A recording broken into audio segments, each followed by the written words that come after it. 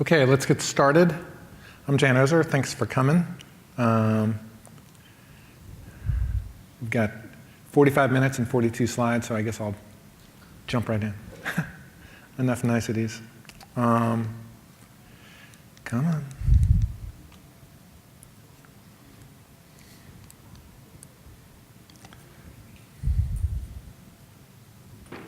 Okay, so here's our agenda. We'll start out, what's covered and what's not. We'll see what that is in a second. Spend a little bit of time talking about how an enterprise encoder differs from just a typical standalone encoder, how Squeeze Server differs from Squeeze, and how maybe Episode Engine differs from Episode. Look at the three different classes of enterprise encoders. I think that's important because that'll help you focus on the type of encoder that you might be looking for. And it's a big market out there. There's probably 40 or 50 products that are termed enterprise encoders, so I think it's useful to say, okay, this is the kind I want, so you can really focus your attention at that class of products.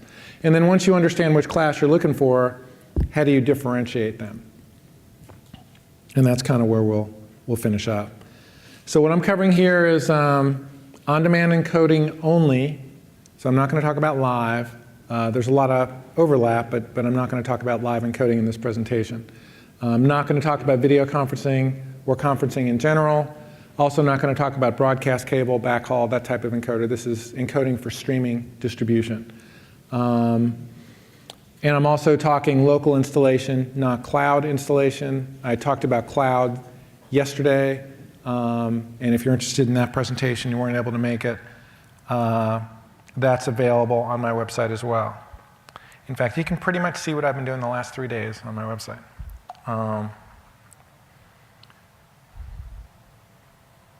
Okay, so here's the cloud encoder handout. Covered that yesterday afternoon.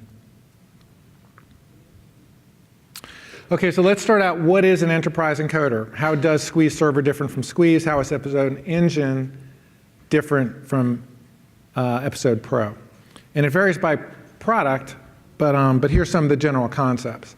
An enterprise encoder is typically designed for shared use. So, most encoding tools are worked via a standalone UI. Enterprise encoders typically also monitor watch folders, and more importantly, they have an application programming interface that lets you tie the encoding functionality into your content management system or into your web publishing system. So, shared use is one of the fundamentals of an enterprise encoder. Most enterprise encoding tools, you get the highest possible performance available from the line of products. So specifically, Episode Engine has full parallel encoding, so you can encode as many files simultaneously as the workstation can support.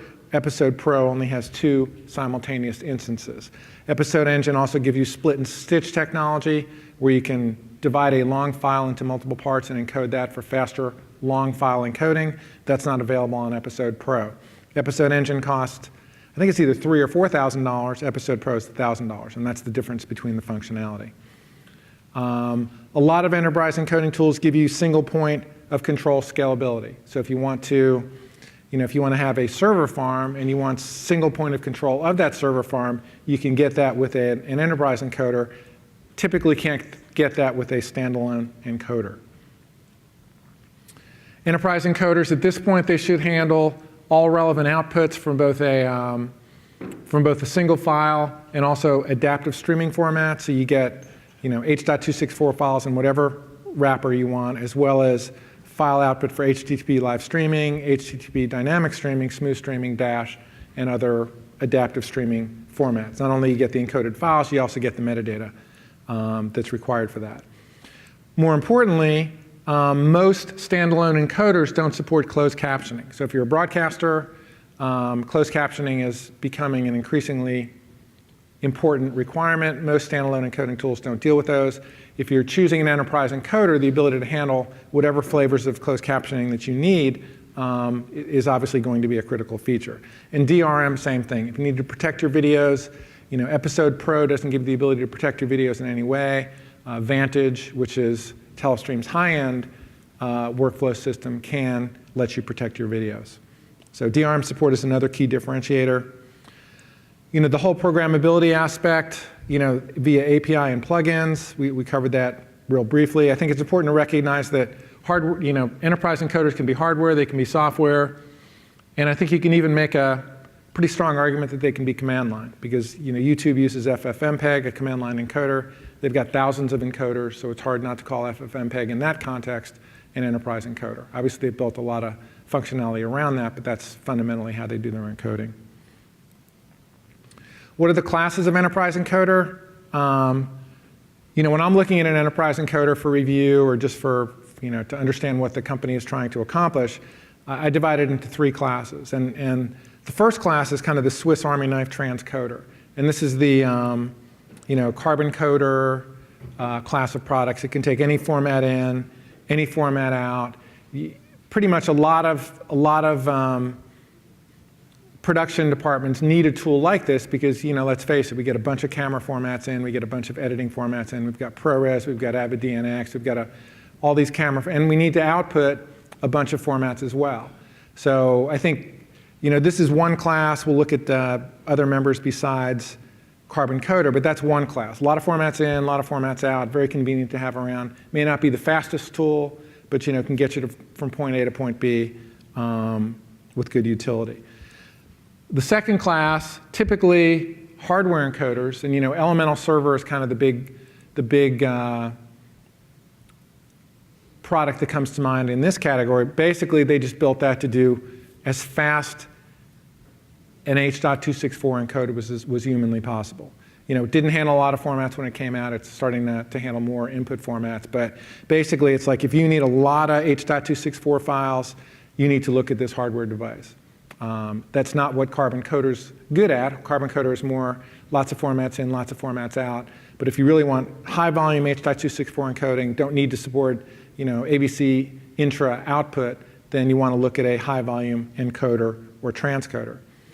And then the third class of product is, I think this is where a significant part of the market is going. And this is a workflow system. So you can get the Elemental Server, you feed it an H.264 product, you get multiple H.264 outputs out very quickly. You can use an application programming interface to tie it into your digital asset management system or your content publishing system. But what a workflow system, it doesn't want to encode, it wants to just change your life. It wants to integrate into all aspects of your encoding, it wants to add quality control, it wants to add branching so that it can handle intelligent decisions about how to encode a particular file, depending on what type of file it is. And we'll look at some diagrams of that in a second. It can do incoming quality control to make sure that if you're expecting an HD file, it is an HD file. If you're expecting a 16:9 file, it can say, okay, this isn't 16:9, this is 4:3, so we're going to encode this file in a different way. It can perform post-encoding quality control. It can say, okay, this file doesn't meet the minimum quality control requirements that you're setting. And it can kick that file out and say, okay, send you an email. This file didn't meet your quality control requirements. What do you want to do?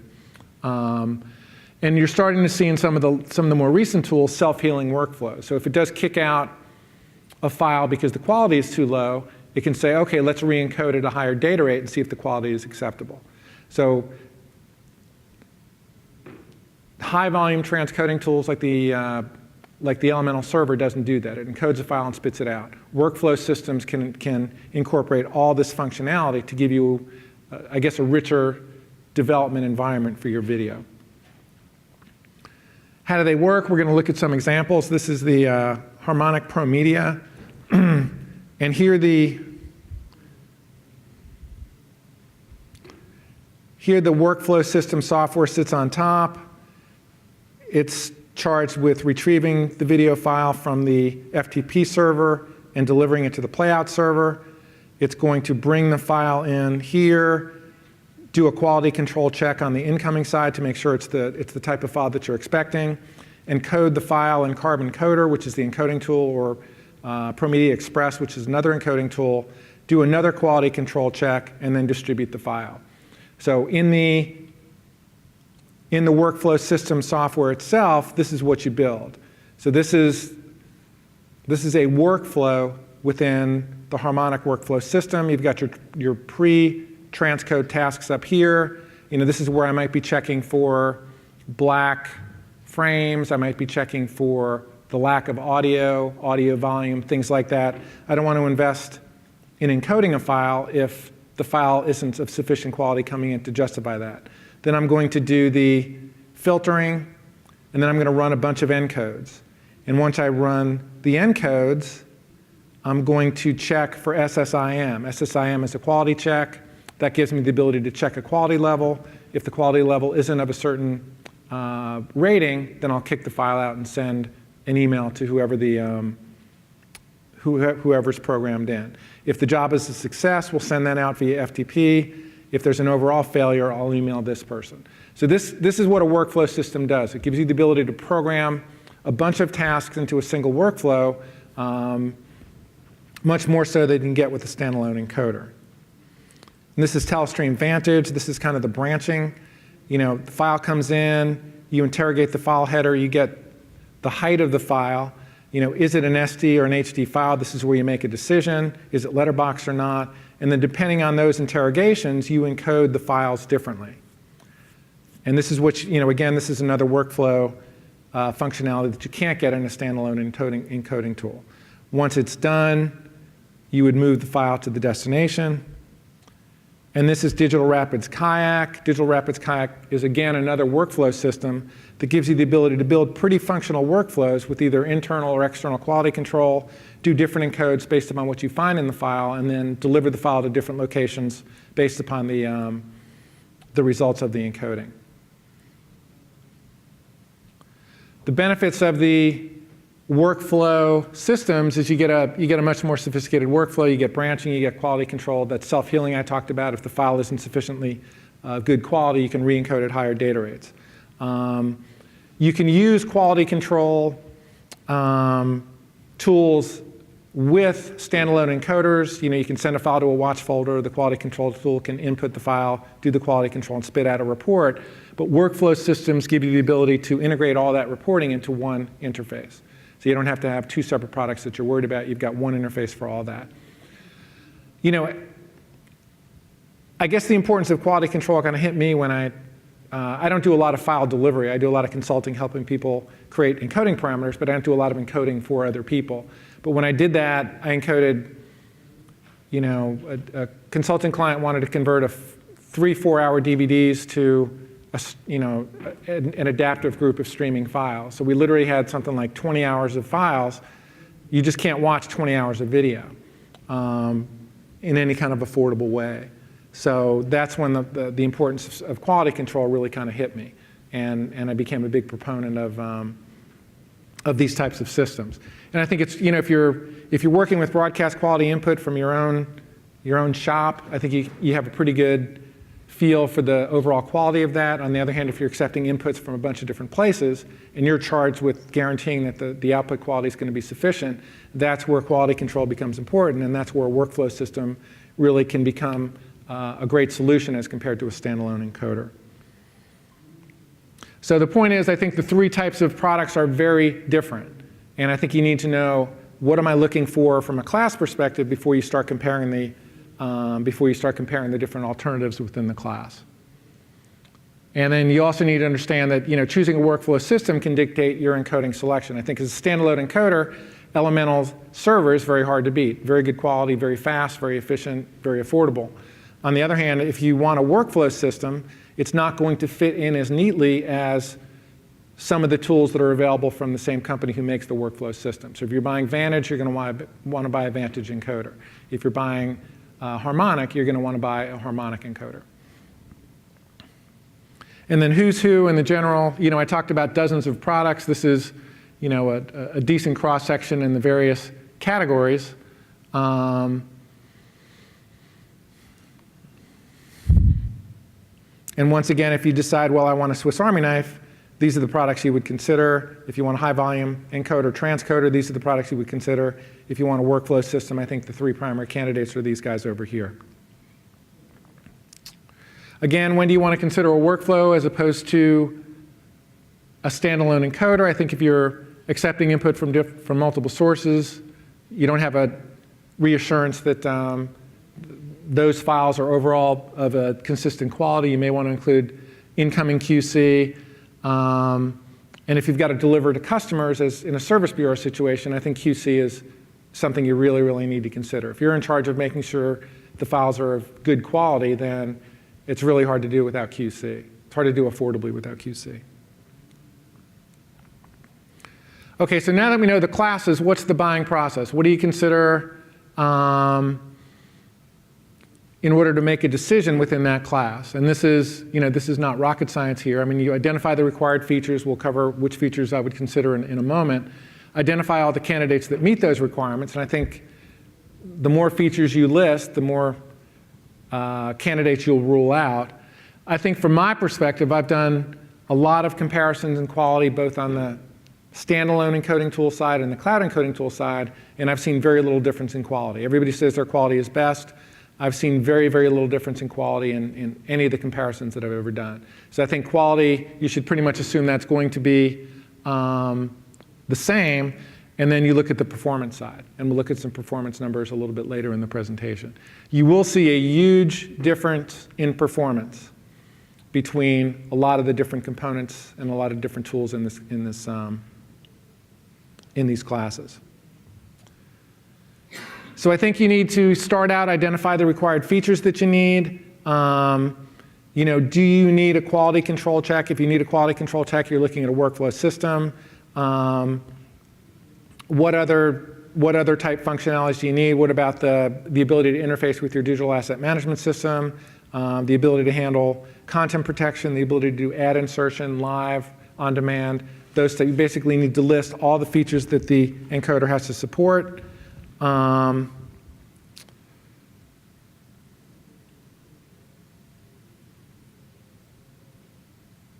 Starting with, I think inputs and outputs.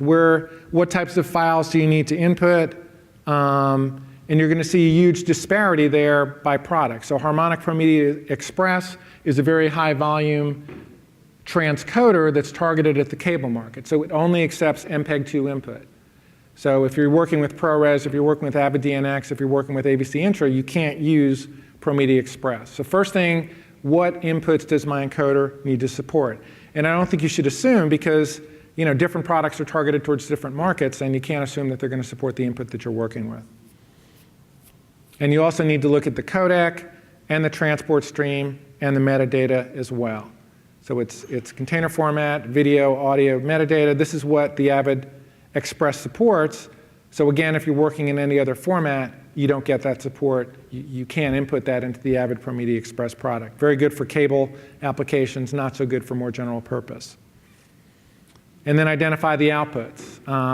Not only the current outputs, but outputs that you see in the near term.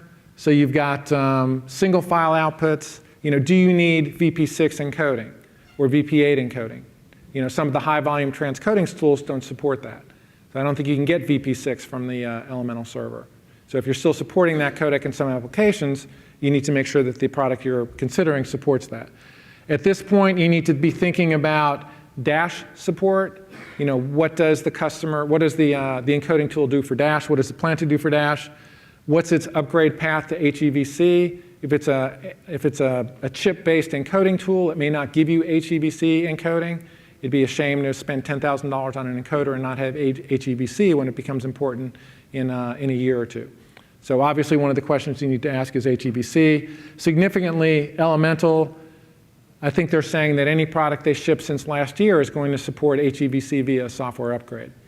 So I think if I'm buying an enterprise encoder today, HEVC is going to be critical, as is Dash. WebM and VP9, I think HEVC is going to become the ultra high definition codec, kind of the next generation codec, but there are going to be some applications where VP9 may be important, whether it's WebRTC or even some ultra high definition environments. What does your vendor plan for supporting that codec? And I think you'll see a lot of the high volume transcoders aren't going to support WebM, aren't going to support VP9.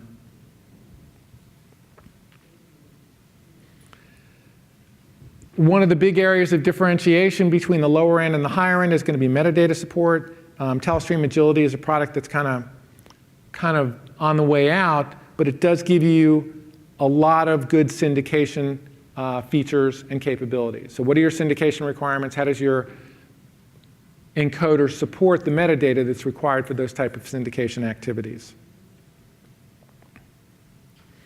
And then again, I think this is going to be a really big differentiation between low-end and high-end products. What are the broadcast standards you need support from a captioning perspective and from an advertising insertion perspective? You know, list them. Some are going to be domestic, some are going to be international. Do you need to support both? And then what about on the streaming side? You need to support the input on the broadcast standard. If you're sending cable out, you need to support them on the output as well. Streaming's is just evolving very quickly. What do you need to support today? What do you need to support in the near term? List those requirements and make sure that the encoder that you're considering supports those. Again, I think this is going to be a significant point of differentiation. Digital rights management as well. If you care about encryption or flash access or any of these other DRM technologies, you need to make sure that the candidate that you're considering incorporate those. From a device perspective, if you're looking at standalone DRM, you know, for a Blu-ray player or for a smart TV, then you're looking at technologies like DivX and Widevine. If you need those, if you need that support, then you're going to have to make sure that the encoder that you're considering supports it. And then ComAct, and there's European alternatives for this that make sure the commercials aren't too loud to blow out your ears. If you're a broadcast site, you're going to need to worry about that. If you're a large-scale streaming site, you're going to need to worry about that, and you need to make sure that the systems you're considering support it. And then from a workflow perspective, again, I think quality control is very important. You need to understand where it's applied and the functions that are performed. What can you do with the quality control capabilities? Any encoding tool can send a file via watch folder to a quality control system. Can it do self-healing? Can it re-encode at a higher data rate? Can it send notice? You want to look at both pre-encode and post-encode in terms of, you know, what can it do and what are the error handling capabilities when it does find an exception. And then from an API requirement, what does the system have to interface with? Digital asset management, website, content management system, and then what are the APIs available to incorporate that system into your existing workflows? You're going to see a big deal of differentiation here. And same thing on the delivery infrastructure. You know, if you're supporting technologies, or you want to support technologies like DivX so you can support Blu-ray players and all these consumer electronic devices out there, how is your candidate encoding tool going to interface with the DivX delivery infrastructure? If that's important, that's a question you need to ask pretty early. So you've narrowed down your contenders. You know the ones that meet your input, feature requirements. You know, how do you compare between those contenders? You know, from a quality perspective, again, I've done a bunch of different comparisons with a bunch of different hardware, software, and cloud encoders, and I just see very, very little difference between any of the contenders. So this is a good point to point out that the handout is available for download now, and this will be a lot clearer in the PDF file than it is on the screen up here. So what I do is I obviously encode the same source content to the same encoding parameters using the different encoding tools. I bring them into a timeline in Premiere, and then I basically get the ability to compare still frames very easily. And all of these encoding vendors will say, hey, we're the best possible quality, and if you look at them side by side like this, or you play them side by side, you end up seeing very little differentiation between the candidates. They're all very mature encoding tools. A lot of them use some version of X.264, and you know, there's just, since they're using the same basic compression technology, it's hard to see significant differences between the candidates. So there's one example. Here's another example. And I've done this with a lot of the leading systems in the market, and everyone again says they're the best, and I just don't see a lot of huge difference. Here's Elemental Server versus the Vantage Express. You just don't end up seeing a lot of difference in quality. On the right here, you see a little bit more differentiation in the detail in the window, But I mean, I think that's really too small to kind of make a distinction between the products. Nobody's going to choose one over the other based upon something like that. On the other hand, performance is a significant differentiator. And I think this is I think that you can look at performance two ways. You can say, okay, which is faster, but you can also look at performance as it relates to price, right? So you've got Episode Engine here costs $4,000. Elemental Server costs $26,000. So if you say, okay, well, I've got to buy 3 of these to equal the performance here, all of a sudden the $26,000 doesn't look that high, because not only is it the software you've got to buy, it's also the computers you've got to buy to run the software. So I think performance is, you know what your requirements are. I've got to encode 50 files a day of an hour long, so you know that's the performance you need. From a price perspective, how many of these units do you need to achieve that level of performance? And that's where this comes in both price and just raw performance. I ran 2 series of tests on these encoding tools, and ProMedia Express was run on hardware supplied by Harmonic. ProMedia Carbon and Episode Engine were run on a Z800 workstation from HP. And then these are the GPU accelerated systems. This is Vantage Lightspeed. This is Telestream. This is Elemental Server. And the first test is one 52-minute file to 11 presets. This is your adaptive bitrate encoding type example. And we see a pretty significant disparity in terms of overall performance.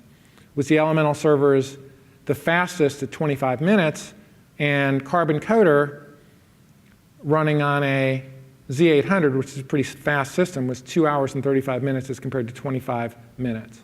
So there is a very significant, if you assume that the quality is similar, these are pretty staggering differentiations in terms of overall performance. But again, I think it's, this is a $26,000 system, and this is a $5,000 system, this is a $4,000 system. And then this is more an ability to handle large-scale quantities of files. These are the different performance times here. 29 minutes for Episode Engine, a lot faster than it was here. ProMedia was very efficient with multiple files as well. ProMedia Express did really well. Elemental was still the fastest, and Vantage Lightspeed was, a lot faster compared to Elemental than they were in the first test.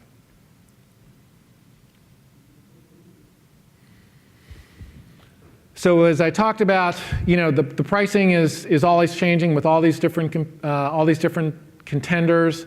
But I think you need to start out by saying, this is the throughput I need, and then how many of these encoders do I need to produce that throughput? You don't say, how does Vantage Lightspeed compare to Elemental Server? It's like, okay, I need this much throughput. How many of these systems do I need to buy to get that throughput? So if you look at ProMedia Express, it's a $26,000 system. This is right around the same price as the Elemental Server and ProMedia Carbon. I mean, these two look at, one costs $26,000, one costs $5,000. It's a ridiculous price disparity.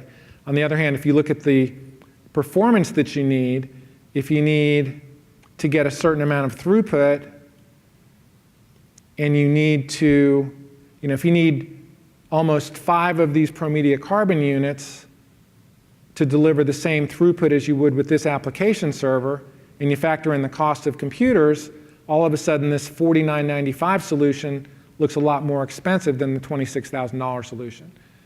So throughput equals, is a real big input into your overall costs on a per system cost basis. A couple of other things you need to consider is what's it cost to run multiple systems? Some of these systems run in total parallel. So with Episode Engine, you can run these in parallel without any control software. If you're looking at a workflow system, you're going to need that control module as well as individual encoders sitting under that. So you need to know, how many of these am I going to buy to supply the required throughput, and what other software do I need sitting on top of those to supply that throughput and control it.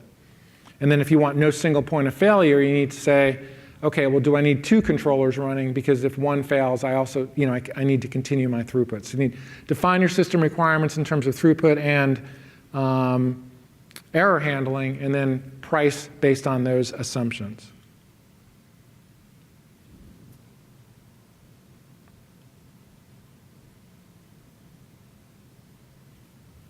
And then the biggest mistake I've seen is people compare hardware and software solutions, forget to include the cost of the computer. High-end workstations cost anywhere between $6,000 and $8,000 and even more. So when you're looking at a software-only solution as compared to a hardware solution, you need to factor that in, as well as obviously how many systems you need to buy to get the required throughput.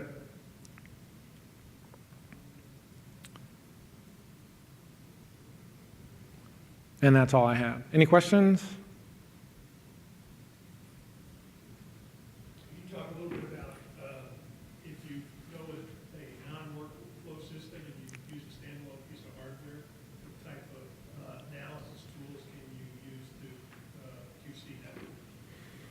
Okay, so the question is, if you're using a non-workflow system and you want to apply QC, I mean, there's a bunch of standalone encoding tools. I mean, Tektronix has one. There's a company called Intera that has one. And basically what you use there is just a watch folder approach. So you would encode the file, place it in a watch folder. The QC tool would, once it's in the watch folder, it'll pick the file up and then send a report based upon, however you set the parameters for that. So if you look up file-based QC, you'll see 3 or 4 alternatives. If you add my name to the query, I think I looked at 3 alternatives in an article I wrote about a year and a half ago. So you should be able to find a good summary of that.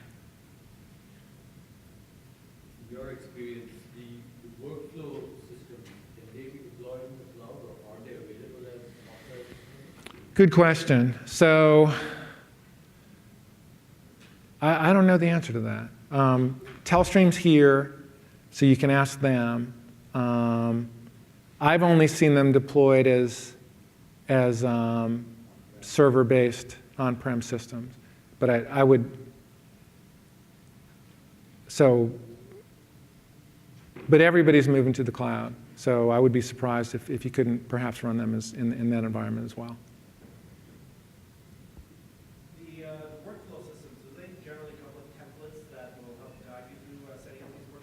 I'm sorry, do they come with templates? Okay, so do the workflow systems come with templates? Typically, I think the workflow systems assume some installation. So, for example, I wrote a case study about Vantage being installed in a competitor of yours, Notre Dame. And I think they assume that they're going to spend 1 or 2 days installing and then installing templates. And then we're creating templates for you. And then during that process, you'll learn enough to create your own. The thing about workflow systems is they're very elegant, but it's not rocket science. If you're a programmer, you can figure it out. I'm a non-programmer, and I figured it out, but they can get very complex, and obviously the more stuff you build into it, the more complex it gets. But I think they assume some training, and that'll help you through the initial phases. You said that by comparison, a lot of hardware solutions, software solutions, you don't see a whole lot of differentiation in terms of quality.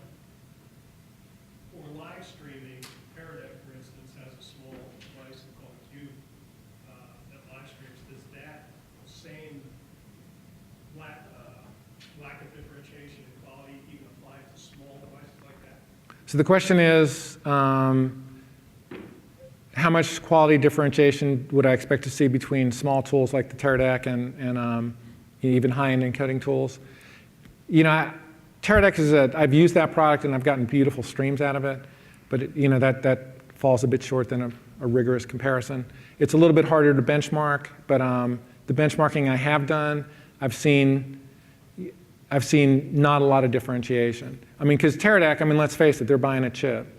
And the chip is using an algorithm that's been developed over many, many years. So I think at this point, H.264 encode is a pretty known science. And if all these companies are reputable, and I think they're going to do a pretty good job, whether it's Teradek in a small unit or Elemental in a rack-mounted system. Any other questions?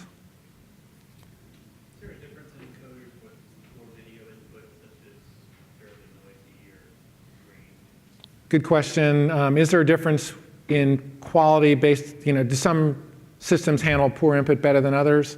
Yeah, I don't know the answer to that.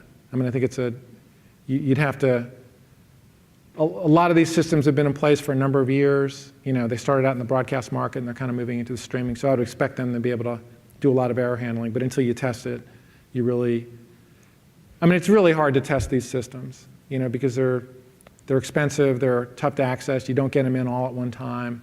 So I've run my tests over 2 or 3 years, keeping the, you know, it's a very narrow test because it's very hard to do over time if you make it really broad. You know, there's so many exceptions that you end up just losing a lot of the results. For content producers, if we, a lot of times we have the ability to choose what our output is in terms of formats. Are there some formats that are less likely to cause problems when encoding or streaming, for instance? So I think the question is, are there any formats you want to use for general purpose streaming to improve reliability? You know, I think ProRes is probably the best if you have access to that, because I think it's fast to encode, it's almost universally supported, and it's pretty high quality.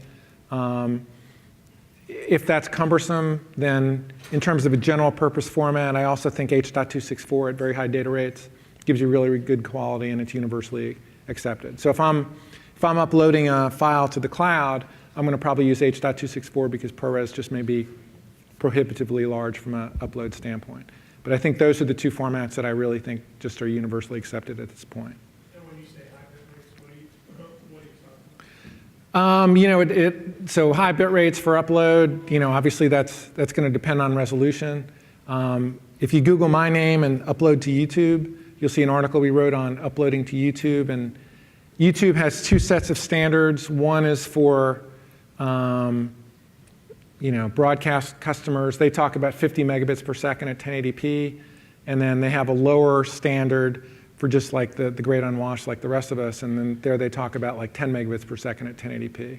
So, you know, 720p, I think they're at 20 megabits for the broadcaster, and they're like 5 megabits for the average Joe with just a normal upload bandwidth. So, but that article will give you a lot, if you find it, and it should be able to, will give you a lot more detail.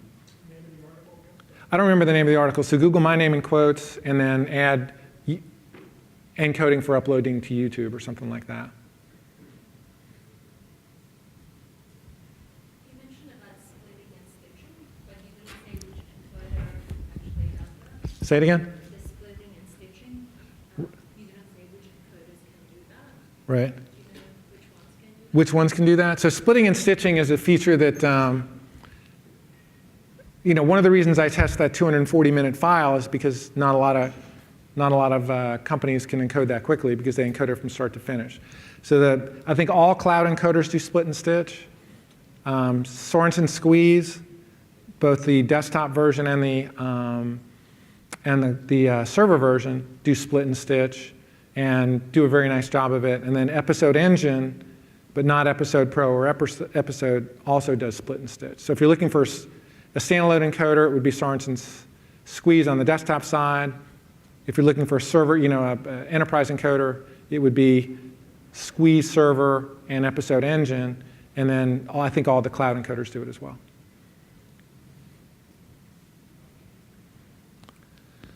Any other questions? Okay, thank you for your attention.